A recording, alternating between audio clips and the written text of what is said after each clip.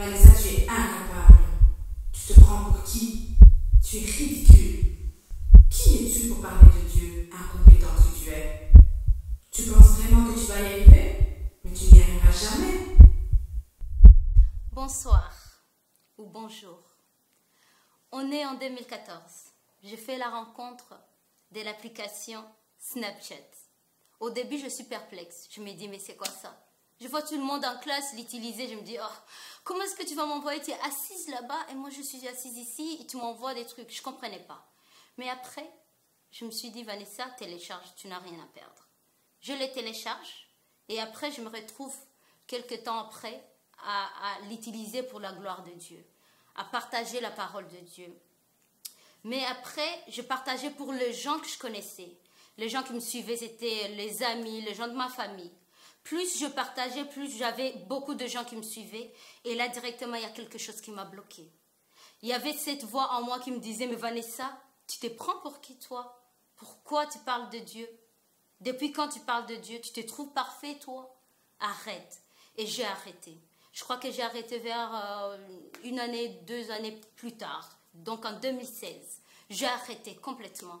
Et là, je suis partie sur Instagram.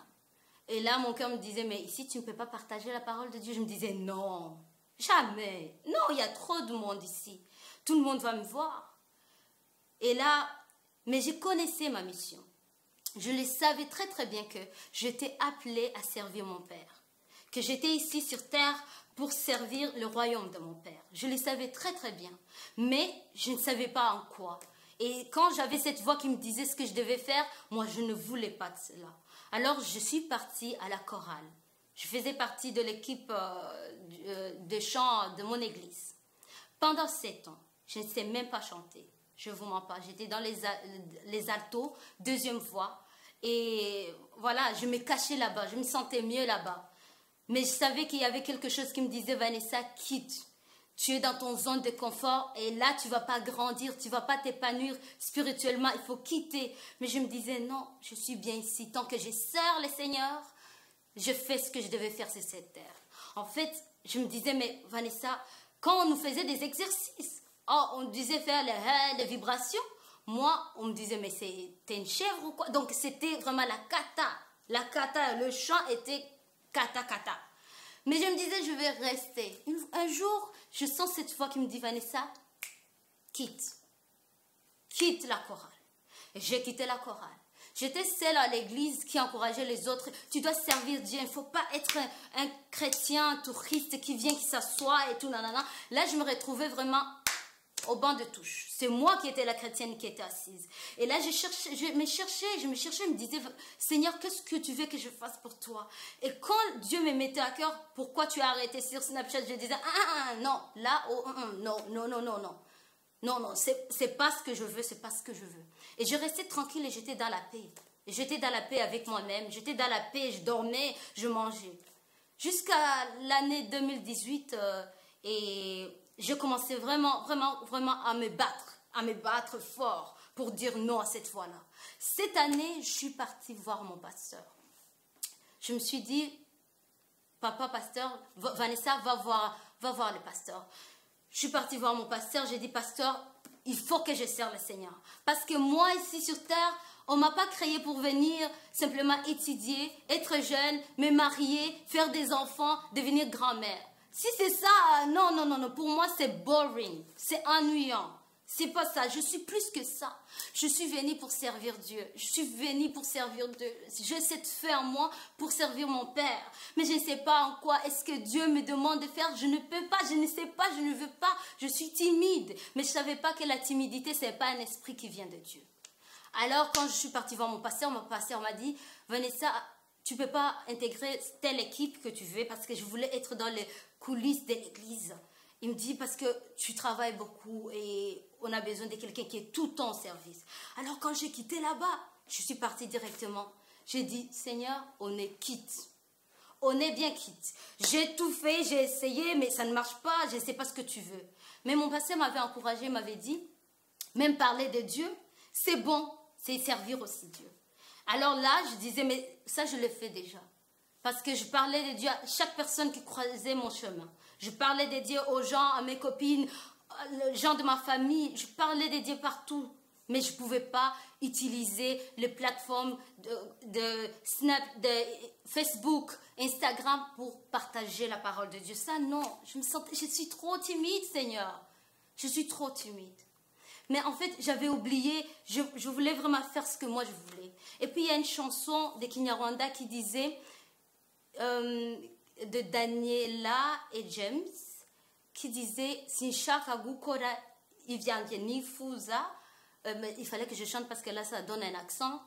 Sinshaka gukora ivyanjye nifuza mwami nkoresha. Donc ça continue comme ça, c'est genre je ne vais pas faire ce que moi je veux, Seigneur, utilise-moi. Et je me rappelle que j'ai fait cette prière en disant, Seigneur, traite-moi comme tu as traité Jonas. Si tu vois que je suis en train de fuir ce que toi tu veux que je fasse, traite-moi comme tu as traité Jonas.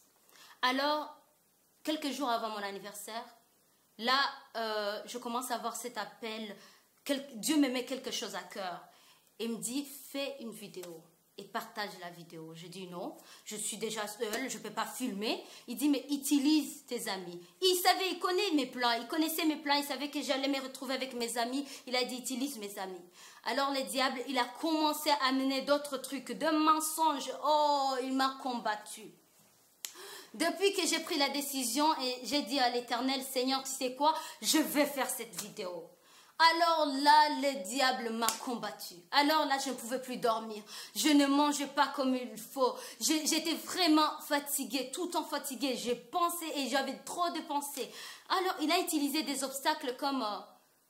Vanessa, ça fait quand même 12 ans que tu ne parles plus français. Donc, ça veut dire que tu vas parler aux gens en français. Tu as perdu pas mal de vocabulaire en français. Tu te prends pour qui? Il a utilisé comme, toi là, tu crois que tu es parfait, toi, pour que Dieu puisse t'utiliser. Qui va t'écouter? Et là, j'étais vraiment dans le froid, j'avais peur. Mais Dieu, merci, il a mis des vrais amis. J'avais des amis qui étaient là pour m'encourager, pour me dire, Vanessa, vas-y, fais-le. Mais ce n'était pas tout. Il fallait la prière parce que je ne dormais pas. Les combats étaient même pendant la nuit. Je me réveillais avec ces voix qui me disaient, tu es incapable, tu ne peux pas. Mais d'un côté... J'avais oublié une chose qui est aussi ma fierté. Il y avait ma fierté dedans. Je disais non, je ne veux pas m'étaler là-bas, montrer aux gens que vraiment mon français a disparu. Je ne veux pas le faire. C'était ma fierté aussi. L'orgueil.